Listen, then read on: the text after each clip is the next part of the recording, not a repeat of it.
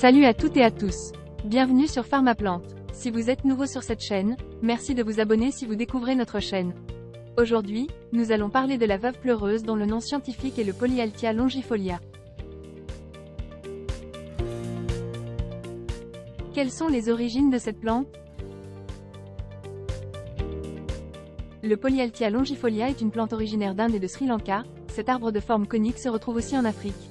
Cet arbre a été introduit au Bénin par l'ancien président, père de la démocratie béninoise Feu Mathieu Kérékou. Au Bénin, l'arbre porte encore son nom. Parlons de la description botanique de cette plante. Les feuilles mesurent 7,5 à 23 cm par 1,5 à 3,8 cm. Elles sont alternes, exstipulées, disticheuses, légèrement aromatiques, étroitement lancéolées, se rétrécissant en un fin sommet acuminé. Le bord est nettement ondulé, mesurant environ 6 mm de long. La tige principale de la plante est dressée, non divisée, pouvant atteindre 12 mètres ou plus. Les branches sont minces, courtes, d'environ 1 à 2 mètres de long et portent des feuilles glabres et pendantes qui fait référence à une tige qui se développe vers le bas. Les fleurs naissent des branches sous les feuilles et sont non parfumées, jaunâtres à vertes, en fascicules ou en ombelles brièvement pendulaires.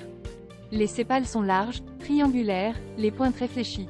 Les étamines sont nombreuses. Les fruits mûrs sont ovoïdes, de 1,8-2 cm de long, nombreux, pédonculés, glabres, à 1 graine, tige de 1,3 cm de long, courte, glabre avec des graines luisantes avec une surface brillante pour la protection naturelle. Quels sont les constituants chimiques de cette plante? Elle contient des tanins qui sont des substances amorphes très répandues dans l'écorce, les feuilles, les racines. Puis, il y a les mucilages qui agissent sur la sphère digestive. Ces substances sont anti-inflammatoires. Elle contient des diterpénoïdes qui ont des activités anti-infectieuses, anti-inflammatoires, antioxydantes. Ensuite il y a la bulbocapnine qui est un alcaloïde qui bloque les effets de la dopamine. L'oxyde nitrique de la plante permet de réguler la circulation sanguine, d'augmenter les performances sportives, la fonction immunitaire et favorise une bonne santé cardiovasculaire. La dariénine est un alcaloïde anticholinergique contre les troubles gastro-intestinaux. Polyalthia longifolia contient également le noroliveroline et la penduline. Cette endopeptidase est une protéine de masse moléculaire de 34 kg Dalton, riche en acide aspartique et acide glutamique, pauvre en acides aminés basiques. Polyalthia longifolia contient également de l'isocodine et de la diamide. Ils agissent en activant les récepteurs de la ryanodine, RYR, libérant le calcium stocké dans les fibres musculaires, ce qui perturbe la régulation de la contraction musculaire. Elle contient aussi le cléroda 3 et le bêta-cytostérol qui réduit le taux de cholestérol dans le sang et est utilisé pour le traitement de l'hyperplasie bénigne de la prostate. Le bêta-cytostérol est un stérol végétal naturellement présent dans la nature. Elle contient aussi les azafluorènes et les alcaloïdes qui sont des composés qui sont extraits de plantes et qui sont utilisés comme antalgiques, antipaludéens, substances paralysantes, poisons ou encore en tant que stupéfiants. Parlons maintenant des propriétés pharmacologiques de cette plante. Cette plante a des propriétés antispasmodiques, en relaxant les muscles lisses des organes internes, ce qui aide à soulager la douleur et les crampes associées aux spasmes musculaires. Cela peut se faire en bloquant les récepteurs muscariniques de l'acétylcholine, et en agissant sur les récepteurs de la douleur pour réduire la perception de la douleur. Elle a des propriétés antiparasitaires pour prévenir, traiter, ou éliminer les infections causées par des parasites. Les parasites peuvent inclure les protozoaires, les helminthes, vers, et les puces ou les tiques. Elle est utilisée comme antipyrétique pour réduire la fièvre. Les antipyrétiques agissent sur le centre de régulation de la température du corps situé dans l'hypothalamus pour abaisser la température corporelle élevée. Elle a un effet hépatoprotecteur qui aide à protéger le foie contre les dommages et favorise sa régénération. Elle permet de prévenir et traiter les maladies du foie, comme l'hépatite, la cirrhose et les lésions hépatiques induites par les toxines. Pour finir, elle a des propriétés antibactériennes pour traiter une variété d'infections bactériennes causées par des bactéries en ayant une action bactéricide sur ces dernières. Voyons maintenant des recettes de phytothérapie faisables avec la veuve pleureuse. Première recette, les composés isolés de l'analyse de la veuve pleureuse ont montré des résultats prometteurs dans la lutte contre divers micro-organismes.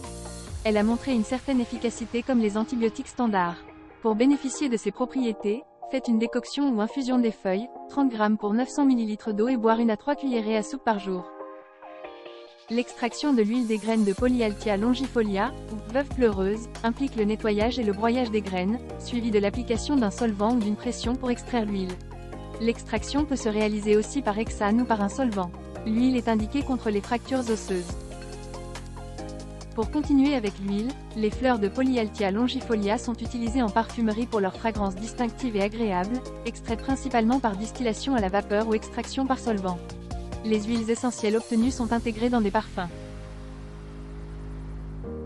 La veuve pleureuse se retrouve sur le marché sous forme d'huiles essentielles, d'extraits de plantes vivantes pour l'ornementation, et de matériel végétal séché pour la médecine traditionnelle.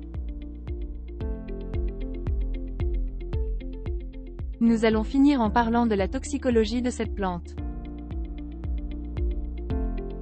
Avec la veuve pleureuse, il est crucial de ne pas dépasser la dose indiquée, car une surconsommation peut entraîner des effets secondaires indésirables ou toxiques.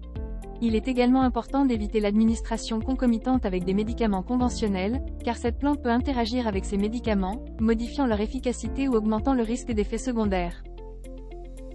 La veuve pleureuse est considérée comme dangereuse pendant la grossesse et l'allaitement en raison de ses composés actifs potentiellement toxiques, qui peuvent nuire au fœtus.